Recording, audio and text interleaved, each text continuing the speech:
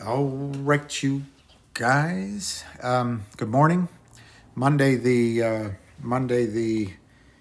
19th of December. I want to quickly give a video. If I can do it in 20 minutes, I'll be impressed with myself, and maybe you will be too.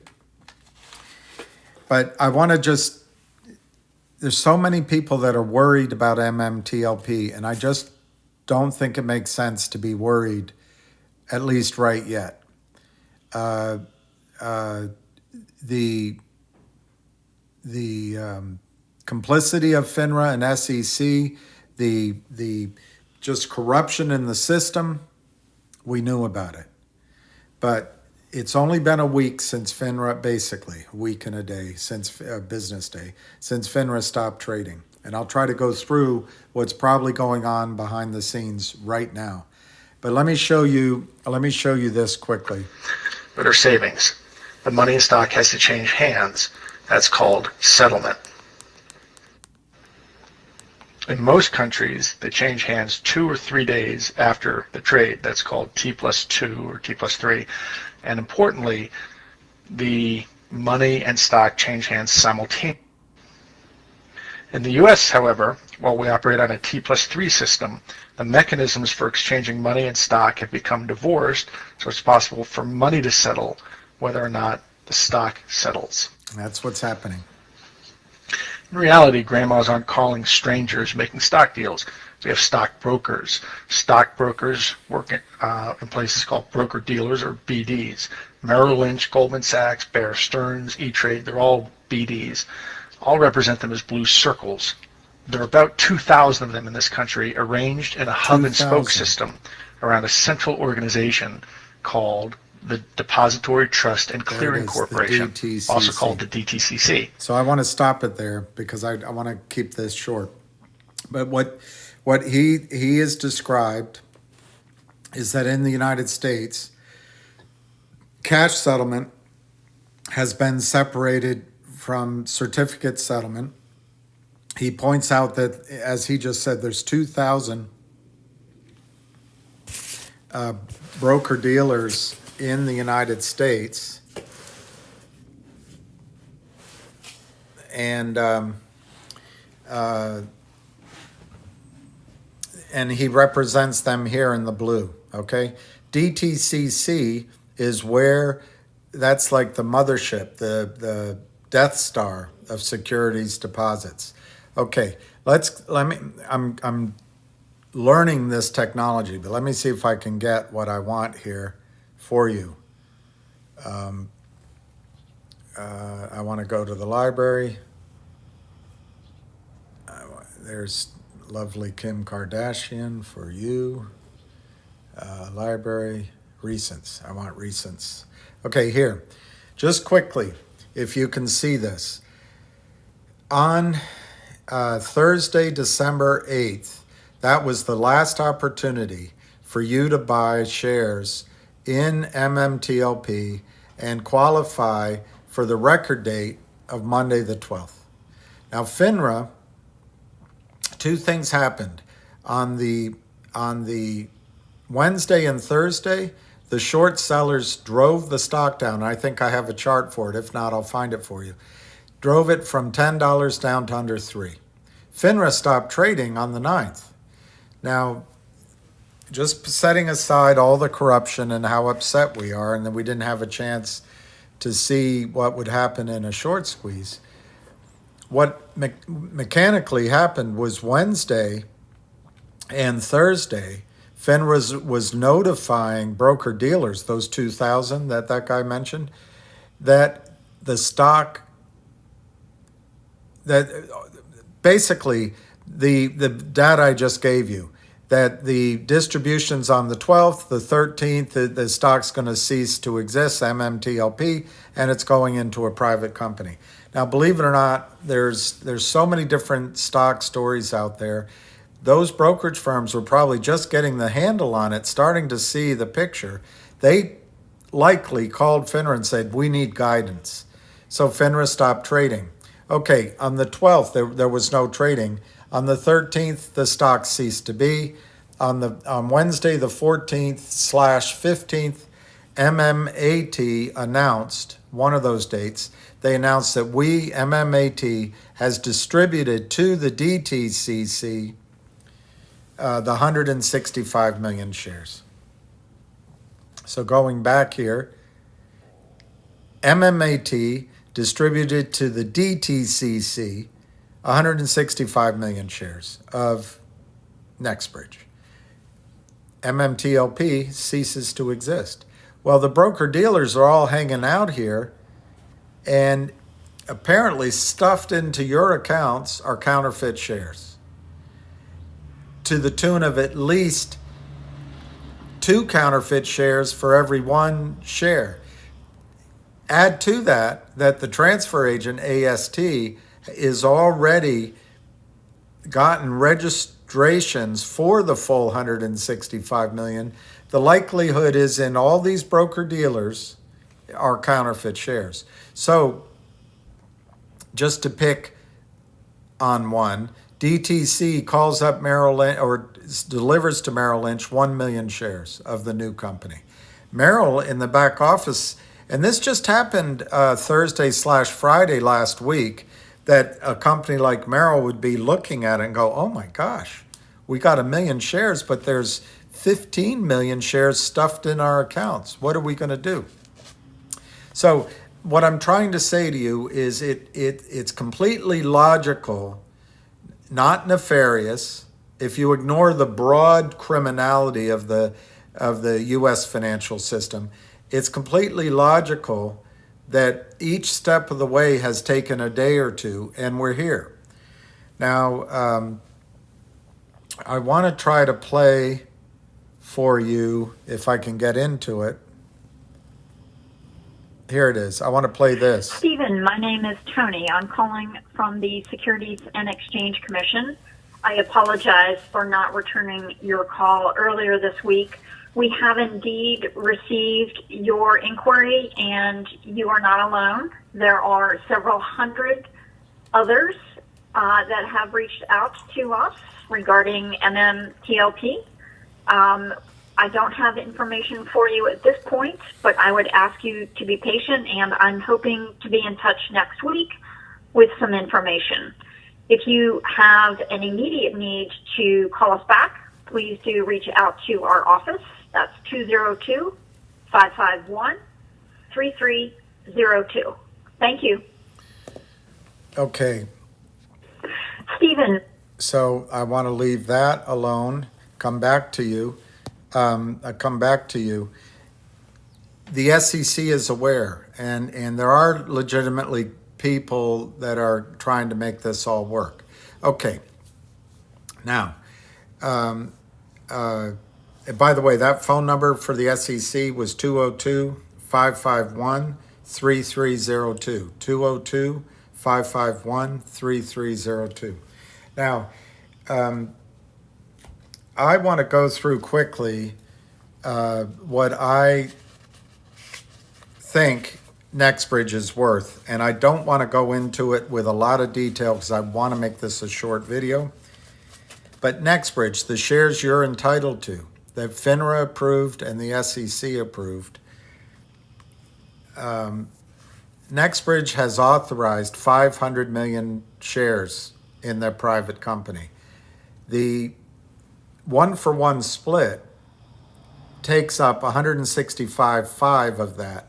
There's 334.5 million shares left that could be, and I don't think treasury is the right word. I think it's just called authorized. But anyway, 334.5 million that could be issued. Now, the company, if you use a 3.5 billion barrels in the ground of oil, you ignore the 7 trillion, the 7 TCF of natural gas that John Berta spoke of, and if you give it a $5 valuation in the ground, I don't know if that's high or low. I think it's low. You can adjust the numbers if you think I'm being too positive. But Oil's trading now basically $80. This is a new field discovery. It could be on the scale of the Delaware Basin. Maybe not. But there's successful wells drilled. There's a whole theory about it. This is 140,000 acres. And anyone that bought this, Exxon, Contango, Apache, Chevron, somebody, if they buy this, this is a massive new play for them that could get big quickly. So I like the number $5. $5 times 3.5 billion divided by 165 million 5 gives you about $106 a share. So one solution. Okay, let me restate. I don't want you worried about your shares. I don't want you going to bed at night thinking, oh my God, they've taken my money. They will not take your money. They will not take your shares unless there are a couple of situations where if you want to be doom and gloom and oh my God, the whole world's against us, which I'm not saying don't be that way. Perhaps FINRA will say reverse all the trades. Well, if they do that, we might as well not have a stock market. And it opens up to massive lawsuits. There is a legal system out here to protect against that. The other thing they might do is, we called you, couldn't reach you. We're just going to give you a de minimis amount in your account, and you're finished. That I don't think is going to happen either, for the same reasons. Lawsuits, arbitration, it's just a nightmare. And it destroys confidence in the U.S. financial market, whatever remains of it. All right, so then it leaves three options. One that I spoke of in my previous videos, which I no longer think is the majority option, which is to come up with a global settlement. In the oil patch right now, oil companies have an extremely difficult job of raising capital, partly because short sellers have destroyed the over-the-counter market and for oil and gas, but because there's this new woke thing, ESG, and that's, I think, environmental, the S I'm forgetting, and governance, environmental, social, whatever, wokeness, and governance. I'm not saying these things aren't important, but it brings restrictions on what hedge funds will give to oil companies to start their business. The other thing is typically a hedge fund, the only source of money now in banks, they'll put restrictions on cash flow. They'll say, as this starts producing, that money has to be dedicated to pay us off, or you can develop PUDs, proved undeveloped. But you can't go after your probables or your possibles. Well, we have a situation here where if everyone came to the same telephonic conference table in the sky and said, we're going to swallow our pride, the system is short 330 million shares or more, but that's what I hear is it's around that. Shorts are short. Prime brokers have failed to deliver. Brokerage houses, what you see here, BDs, have just toilet paper stuffed into your accounts. Market makers have committed fraud, and maybe it goes all the way up. Definitely the short sellers have. Well, let's just say, guys, we're not going to have discovery, and we're not going to send you to jail. You drove the price down to $3. That's not going to cut it. In fact, we're going to go closer to what we believe the true value is of NextBridge per share. Remember, short sellers and the rest of the system that benefits, you took tens of billions of dollars out of the system. I don't know how much in this specific play. And you took no risk. You have FINRA protecting you. We bought in and we took the risk. And we deserved a shot at the upside, including in a short squeeze. So My suggestion is at the $100 level, the shorts pay $100. Next bridge issues 334 million shares. It's $33 billion change hands. And you're going to say that's a lot of money. Well, a squeeze could have gone to thousands of dollars. This might be cheap, and it stings them. But what the problem with this is, your promise was 1 for 1 share. Now you have to go in 1 with 2 others, so it's 3 shares. So my suggestion, what I think is fair, is they triple it and they add 100 for lawyers and a cash distribution. So that's $400 a share. It's $134 billion. Now that sounds like a lot to you, but that DTCC is worth $80 trillion. So this will sting. This will sting. That's what I think's the right solution. Now, I'm not so crazy that I don't recognize that everybody's going to say, well, it closed under $3, bunch of lawyers, and that everyone's going to want to solve this by the end of the year. So 10% of that 400 is $40. What could happen is the shorts, the criminals, give $13 or $14 million to NextBridge. NextBridge issues shares to cover the failures to deliver. Nobody goes to jail. Lawyers get $400 million. There's $3 billion to distribute to you in cash.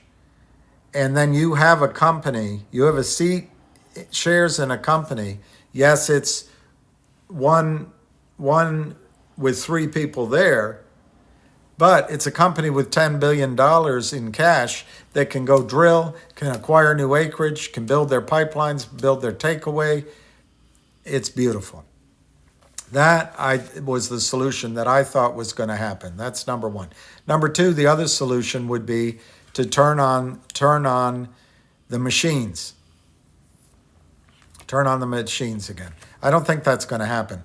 I now give the first option maybe a 25% chance of happening. I give turning on the machines 15 to 20%. What I understand is happening is in the gray market right now, brokers are calling their clients. These BDs here now recognize maybe, we stuffed 10 million shares failure to deliver in people's accounts. We only have 1 million here. Let's call these clients and buy them back. Hey, Mrs. Jones, we have a buyer for your shares. What I heard the price they're offering, $325. You have 10,000 shares. Do you have interest? Do you care? You're going to say no, and they'll go on down the list. Now, many of you were going to say, I just want to get my money back. This is at a point where you could take a loss. I bought the shares, it's nobody's business, but I bought the shares for around $7.60. If I were to accept $3.25, I'd lose more than half my money. I'm not going to do that. But you face that choice. You know what? I just want to get something off the table. I'm sick of this. I'm sick of Wall Street. I'm going to put it in another stock. So that's the one scenario where I see that you could lock in a loss. But if they call you, you have a choice. Do I just sit it out for the company and try to get into a vibrant private oil company, which might convert into shares, say, of Exxon or something? Or do I just take this right now? Only you can decide that. Now, I want to show you a video. It goes to what in an interview Patrick Burns said, that the legal system, the jury system in the United States still has the power. The jury still has power. That's what this video talks about. But to me, it's relevant to the decisions you make with this gray market and if we all act together. Let me just play it.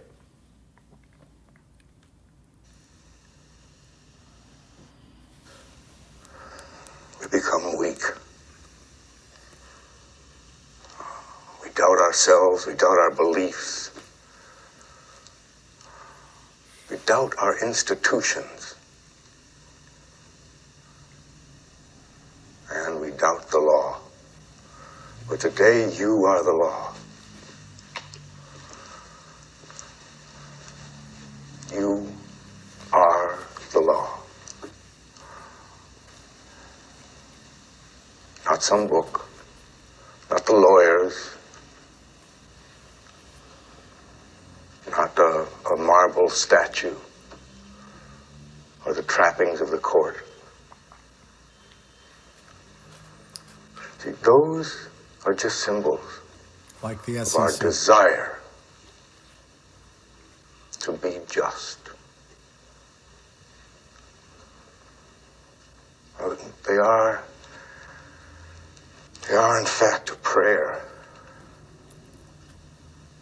I mean, a fervent and a frightened prayer.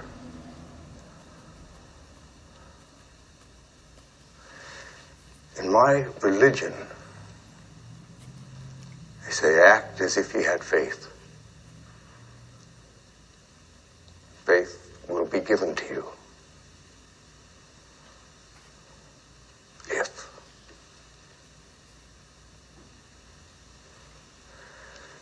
If we are to have faith in justice, we need only to believe in ourselves and act with justice. See, I believe there is justice in our hearts.